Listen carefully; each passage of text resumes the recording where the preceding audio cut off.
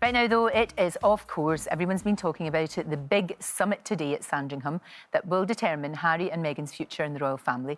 The Sun are calling it the royal soap opera, a reference to the couple apparently threatening to give a big US TV interview.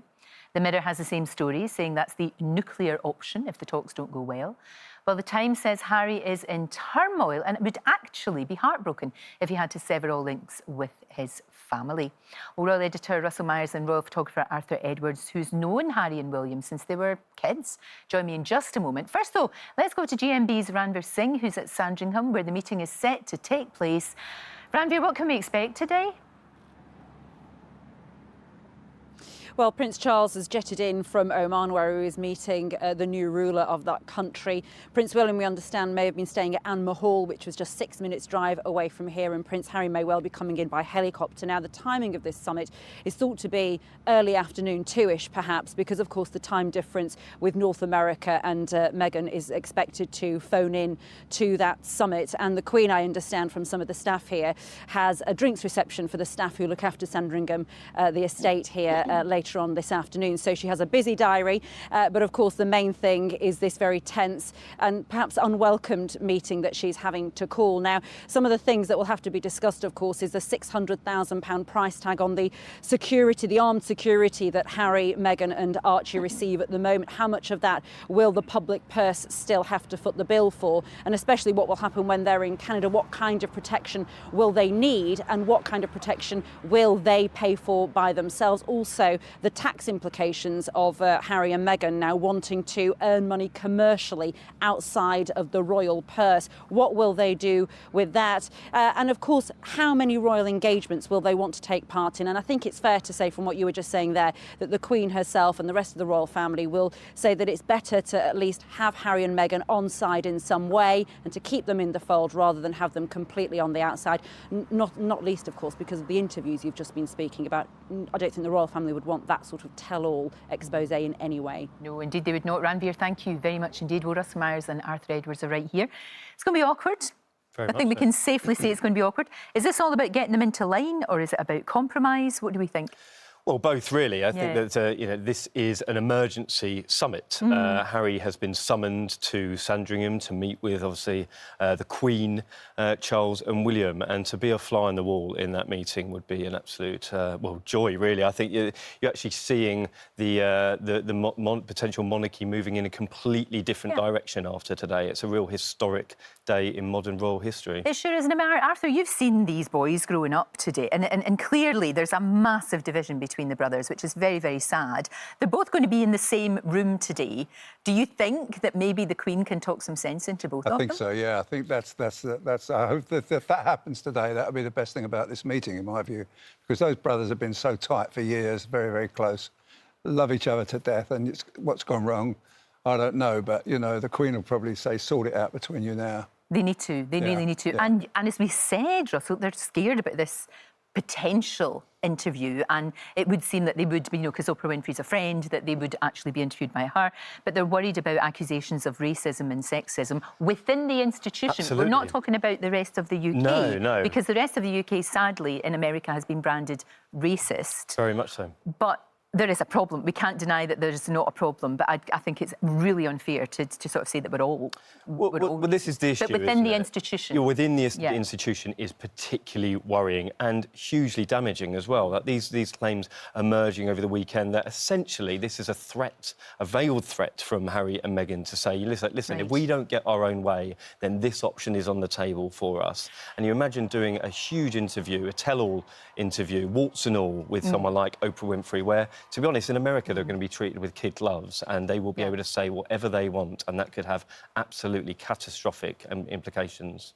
It would, and you've got to feel for the Queen, haven't you? Yeah, you're doing all of this. I mean, she's an old lady. Sure, and I don't think Harry would do that. I don't think. Do you not think he would? No. I think he would. I don't. Whatever he did, he would never, ever, ever say anything bad about his family. I mean, that is a very close family. In spite of what you're reading about this thing with William and Harry, that's going to come to a conclusion today. But I don't think Harry would ever say anything very nasty about his father, the Queen, Camilla, any of those. I think he's Not publicly, anyway. Well, he wouldn't say at Oprah Winfrey, that's for sure.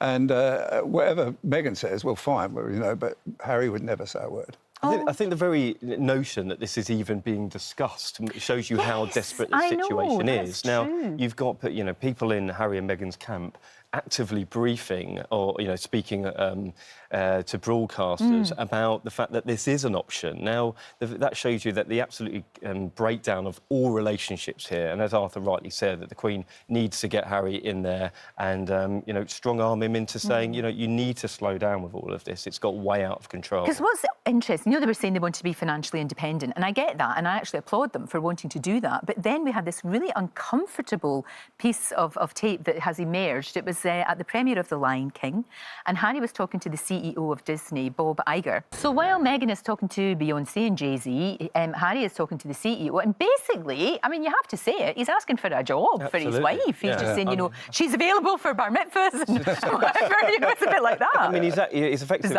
She won't need an agent if she wants to go back to Hollywood, because that's an odd one, isn't it? I find that really strange. I thought he looked embarrassed by Iger, and what to say to that. What else could he say? I mean, perhaps that's her intention, to go back to Hollywood, and make some films. Who knows? Maybe. But I don't think Harry should be dragged into that. I think Harry's better off here than there, from my view. I mean, he's a great asset to this country, and I've worked with him many, many times. Thousands of miles I've travelled him, and he's a sensational... Yeah, you said he was a delight. I mean, I know we hear a lot about the fact that he loathes the media in Britain. Only in the last 18 months. Yeah, but he didn't always, did he? No, he used to take us to the pub at the end of a tour. Gosh. We used to sit and have a drink, and he'd say, I didn't like what you said about that, I didn't like what you did about that, but it was brilliant, and he would pay the bill.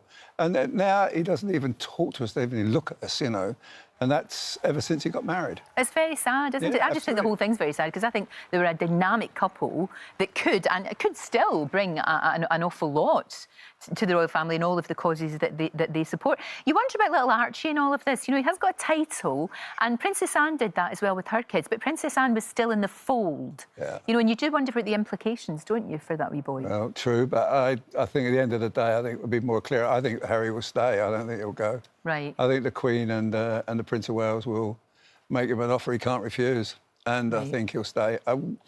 Whether that pleased Meghan or not, I don't know. Maybe she'll spend more of her time. Well, this is the issue, isn't it? That Meghan has actively said, "I've had enough. I want to walk away," and I find that astonishing. It's only been 20 months since they're married. I'm not too sure. And she's good at it. Yeah, but she's good at walking away as well. So exactly. I mean, she's not the first time she did it. I know, but I mean, I think together they were a force to be reckoned with. It's and it just seems really sad. Sad as well, because when you do see her, she's you're in awe of her. She's a fantastic orator. I think she could really make a massive, massive difference to whatever they want to turn their hands to. But they are obviously pulling in different directions now. If after this meeting the Queen persuades them to stay. Yeah. So what do you think, Arthur? What's going to happen? Well, I think Harry will. I think he must be in torment, because he doesn't want to leave this country. I mean, he's much, much loved. I mean, he's probably amongst our readers the most loved member of the royal family, and. He's now suing newspapers. I mean, why is he doing that for? And that's all. I mean, he's just a completely changed person, and that's sad. But I think, as I say, the Queen will talk to him today. And Harry, you are a senior member of this family, and we want you to carry on working for this family. I hope they do. Yeah, I really hope they get it. And you know what? The one person he won't refuse is her. Really? Yeah. So she can sort it. Yeah. Interesting. Well. Let's meet up tomorrow. Absolutely. And we can talk about what happened. Thank you both so much. And I really do hope they get it sorted out. It's just, I keep saying, it's just terribly sad, Very sad.